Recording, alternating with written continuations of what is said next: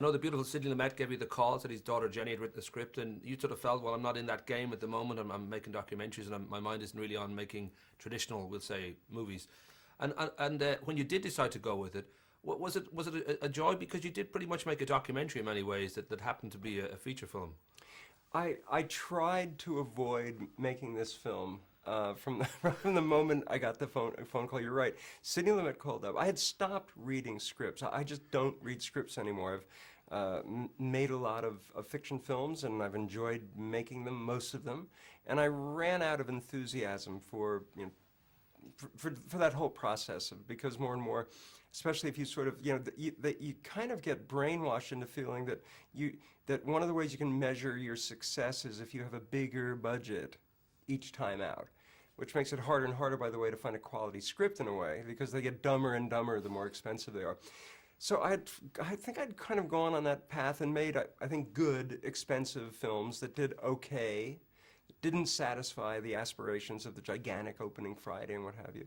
And I thought, I don't want to do that anymore. I love making documentaries. I've had it with that sort of Hollywood stuff, and I'll leave that to the younger directors or the grizzled veterans who still enjoy the challenge. And then I got this phone call from Sidney, and I read the script only as a courtesy to him, and I read it and went, oh, gosh, I'd hoped to say, it's lovely, thanks anyway. Instead, it was fabulous, and I was like, oh, maybe I should meet Jenny. So I met Jenny and started talking and kind of got into the writing thing, and then I still didn't want to do it. And then it reached a point that the script was so good, we couldn't think of any other ways to improve it, so I thought, I might as well send it to a fabulous actress who will hopefully pass on it. And then I can say, well, and Anne Hathaway was the only actor who I thought, could give me the confidence to proceed, if indeed I was to proceed. And she irritatingly loved it and said she'd do it.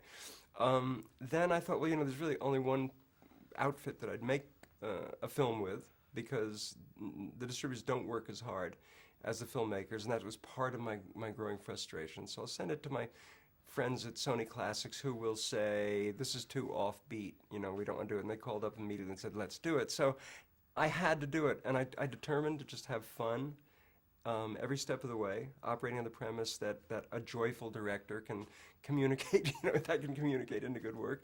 And it's been a blast, and it continues to be a blast as we sit here now in a London hotel room.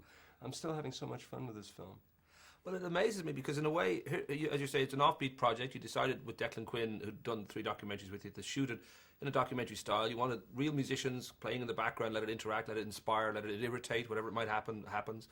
And you've got, a kind of, ultimately at the centre of it, a train wreck who's trying to put herself back on track. Right. And I'm wondering whether there was a part of you at any point thought, this could be disastrous, or this could be wonderful, I'm not quite sure, or whether it always felt, we've got magic here because we know the script is good and we know these people can do their job, it'll all be okay. Because you're kind of letting them sort of run its own course almost. You're letting it sort of free, and let what happens in regard to the acting and the music and a sense of what you get on film. I'm wondering, was it nerve-wracking in any way, or whether it was all good feelings? It was not nerve-wracking for 2 reasons. I did have, the great challenge was to prove that my belief that such an offbeat script could be absolutely worthy and entertaining for an audience. The challenge was to sort of prove that. And that was exciting. That was sort of part of the stimulation of wanting to do it, was, wow, this is different, but it works. It could be fantastic. And I could see immediately, from day one, from the first shot, I could see how strong it was. So I was never concerned that it wouldn't be good. Does that sound terrible? That sounds all right, because it is good. But that notion too, that it's surrounded by friends and musicians you've known and loved, like Robin Hitchcock is in there, and Sister Carol Easton, and even your good son Brooklyn gets to riff on a guitar, and yes. It must have felt almost like it was a Demme wedding at times, where you're kind of, in a way, this is a family kind of friends gathering, and I don't know whether that probably added another layer of a sense of a joyful experience as regards the filmmaking process, that this was you and your friends and your family kind of making a story up together. Well, yeah, I had a lot of confidence in the people that were assembled. I mean, I guess I operate on the premise that if I'm not that easily pleased, and I thought that if I find something delightful or edgy or intriguing or riveting about everybody who shows up, theoretically, if we film this right, that should communicate and what have you. That's all the director really has to go on. You know, do I believe this moment? Do I like this moment? Does that person interest me? So it's really the same thing. But yes, I guess I pulled in a lot of stuff that I had special confidence in that regard. Robin, you know, I wanted Robin to be there because I thought, well, they're doing this unique, extraordinary wedding, and the father is a very successful, father of the bride is a very successful music industry executive.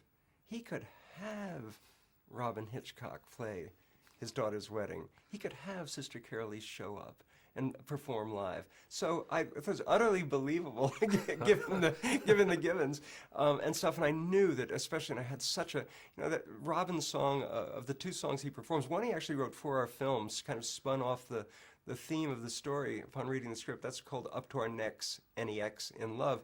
But then he also does the song America, which is always, I guess, as an American, for reasons that are hard to explain, other than the fact that there's something about the melody of that song and something about the way he seems to be longing in that song for a certain kind of America that indeed Americans today are longing for. And I was convinced that there'd be something very, very, very poignant and moving about hearing and then seeing Robin play that in the moment on the heels of the wedding ceremony.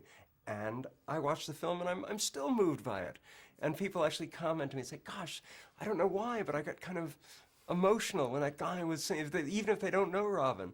So it was a series of that kind of thing. Yeah, it was a series of calculated gambles that what I loved, the audience may love as well. That notion that you are currently immersed in documentaries in many ways with the Jimmy Carter thing. You've got another Neil Young when you did Heart of Gold, and you did a documentary with Robin Hitchcock 10 years ago.